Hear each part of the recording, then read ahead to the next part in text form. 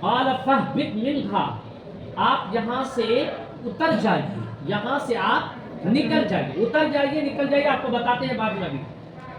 قال ما منعک، کس چیز نے تم کو روکا اللہ فسجدا کہ تم سجدہ نہ کرو؟ اللہ رب العزت نے کہا کہ ما منعک، کس چیز نے تجھے روکا اللہ فسجدا کہ تم سجدہ نہ کرو؟ اذ امرت، جبکہ میں نے تم کو حکم دیا۔ قال انا خیر من، اس نے کہا کہ میں اس سے بہتر ہوں، خلقتنی من نار وخلقتہ من طین، آپ نے مجھے آگ سے پیدا فرمایا اور آپ نے اسے مٹی سے پیدا فرمایا، آپ نے مجھے آگ سے پیدا فرمایا اور آپ نے مجھے مٹی سے پیدا فرمایا، ارے آپ نے مجھے آگ سے پیدا فرمایا، وخلقتہ من طین، اور آپ نے انہیں مٹی سے پیدا فرمایا۔ یہ عقلی دلیل ہے اس کی، ابلیس کی عقلی دلیل ہے۔ اللہ نے کہیں بھی یہ ذکر نہیں کیا کہ جو آگ سے پیدا ہو تو اس کا مرتبہ بلند ہے اور جو مٹی سے پیدا ہو تو اس کا مرتبہ کم ہے، اللہ رب العزت نے کہیں بھی بیان نہیں کیا۔ اس نے عقلی دلیل سے اس نے ایسا کہا، اللہ رب العزت نے کہا کہ جب دلیل موجود ہو تو عقلی دلیل کی، نقلی دلیل موجود ہو تو عقلی دلیل کی ضرورت نہیں پڑتی۔ سمجھے کہ نہیں سمجھے بھائی؟ تو عقلی دلیل کو اللہ رب العزت نے زیر کر دیا اس کی عقلی دلیل کو۔ قال فاهبط منها، تم یہاں سے اتر جاؤ، تم یہاں سے نکل جاؤ۔ اچھا، یہ ہابتا باب نصرہ سے بھی ہے، باب ضربہ سے بھی ہے، لیکن یہاں قرآن کے اندر جب استعمال ہوا ہے ضربہ سے تو آپ سمجھ جائیں گے کہ ضربہ سے زیادہ کیا ہے، مضبوط ہے۔ سمجھے کہ نہیں سمجھے بھائی؟ اب دیکھیں یہاں سے، اب اللہ رب العزت نے کہا کہ یہاں سے اتر جا۔ اب اترنا تو کسی اونچی جگہ سے ہوتا نا، کسی نیچے جگہ سے جو ہے اترنا تو ہوتا نہیں، نکلنا ہوتا ہے وہاں سے۔ اب یہاں پر فخرج کا بھی لفظ آیا ہے، فاہبط کا بھی لفظ آیا ہے، تو کہا گیا ہے، مفسرین حضرات بیان فرماتے ہیں کہ دیکھیں بعض اہل علم کے نزدیک، ٹھیک ہے، بعض اہل علم کے نزدیک شیطان کو جنت سے نکالا گیا ہے اور بعض کے نزدیک آسمان سے۔ بعض اہل علم کے نزدیک شیطان کو جنت سے نکالا گیا ہے اور بعض کے نزدیک آسمان سے، اور بعض کا کہنا یہ ہے کہ جنت آسمان میں ہے اور بعض کا کہنا یہ ہے کہ جنت زمین میں ہے۔ اب گرچہ چاہے جنت آسمان میں رہے چاہے جنت زمین میں رہے، لیکن ہے تو مقدس جگہ ہے، لیکن ہے تو مقدس جگہ۔ تو آسمان سے بہرحال جو بھی صورت پیش آئی ہو، یہ بات واضح ہے کہ آسمان اور جنت صرف انہی لوگوں کے لیے ہے جو اللہ کے مقرب بندے ہیں۔ آسمان اور جنت انہی لوگوں کے لیے ہے جو اللہ کے مقرب بندے۔ کیوں؟ اب آسمان میں دیکھیں، آسمان میں دیکھیں سدرۃ المنتہا، نبی اکرم صلی اللہ علیہ وسلم کہاں گئے؟ معراج پر کہاں گئے؟ آسمان میں گئے۔ انبیاء کرام سے ملاقات ہوئی، انبیاء کرام کہاں پہ ہیں؟ آسمان میں ہیں۔ اور جب فرشتے سب سے پہلے روح قبضہ کر کے کہاں جائیں گے؟ آسمان میں جائیں گے۔ تو اب چاہے آسمان سے ابلیس کو نکالا گیا ہو، چاہے جنت سے نکالا گیا ہو، دونوں ہے تو مقدس جگہ اور مقرب جگہ، ٹھیک ہے نا؟ اور دونوں جگہوں میں اللہ کے مقرب بندے ہی رہا کرتے ہیں۔ بولے بھائی بات سمجھ میں آئی؟ اور ابلیس نے جو یہاں کہا کہ آپ نے مجھے آگ سے پیدا فرمایا اور آپ نے انہیں مٹی سے پیدا فرمایا، تو یہ عقلی دلیل ہے، انہوں نے اس نے عقل کی بنیاد پر ایسا کہا، حالانکہ ایسے کوئی نہیں۔ مٹی سے جو پیدا ہو تو وہ دم کے رہے گا اور آگ سے جو پیدا ہو وہ اوپر رہے گا، اس سے ایسا کوئی نہیں، یہ عقلی دلیل ہے۔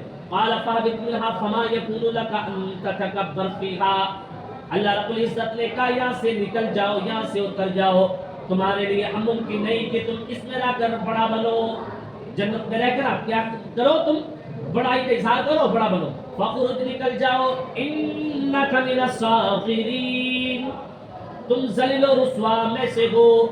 قال انظرنی الی یوم یبعثون، اب ابلیس نے کہا کہ آپ مجھ کو قیامت تک کے لیے مہلت دے دیجئے۔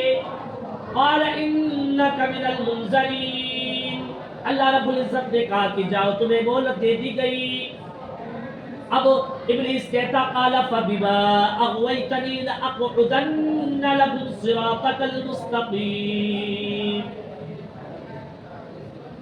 اب یہ کہتا ہے کہ ابلیس کہتا ہے کہ چونکہ آپ نے ہمیں ہدایت سے محروم کر دیا، گمراہ، اغوا یغوی اغوان بھٹکانا، گمراہ کر دینا.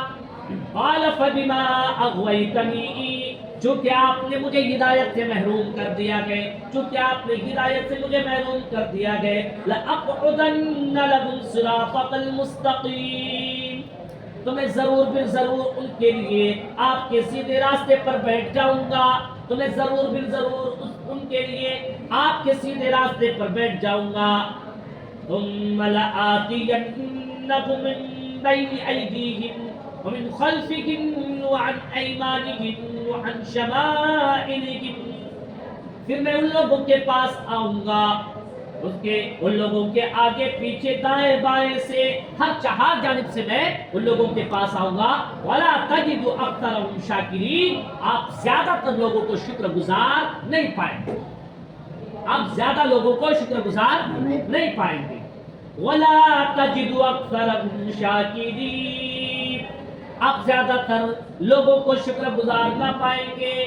اب یہاں سے دیکھیے، ابلیس نے جب اللہ رب العزت نے نکالا وہاں سے جنت سے، ابلیس نے دعا مانگی. دعا کیا مانگی؟ انظرنی الی یوم یبعثون، آپ مجھے قیامت تک کے لیے مہلت دے دیجئے. اللہ کی رحمت تو دیکھیے، ابلیس جس نے اللہ کا انکار کیا، جس نے اللہ کے حکم کا انکار کیا، جس نے اللہ کے حکم کا انکار کیا، اللہ کی رحمت اس قدر وسیع، اللہ اس کی بھی دعا قبول کر رہا. اللہ نے کہا کہ جاؤ بھائی، جب ایسی بات ہے جاؤ، فَإِنَّكَ مِنَ الْمُنظَرِينَ، جاؤ تم کو مہلت دے دی. اب یہاں سے ایک بات معلوم ہو رہی ہے، دعا کی قبولیت کے لیے انسان کا محض متقی ہونا ضروری نہیں. محض متقی ہی کی دعا قبول نہیں ہو.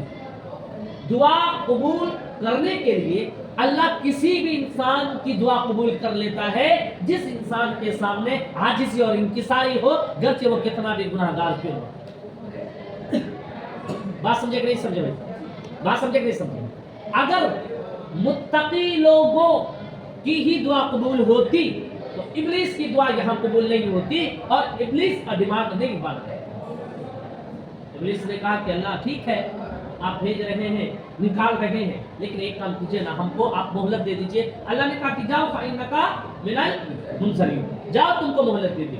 بس سمجھ بھائی، تو دعا قبول ہونے کے لیے کسی کی متقی کا ہونا، نیک لوگوں کا ہونا، نیک سے دعا کروا ضروری نہیں. رب اکبر و اشعث، رب اکبر و اشعث لا ابرہ، کیا ہے کہ اگر یہ پراگندہ بال، پھٹے پرانے کپڑے والے اگر کوئی کچھ اللہ سے دعا کرتا ہے، لو اقسم باللہ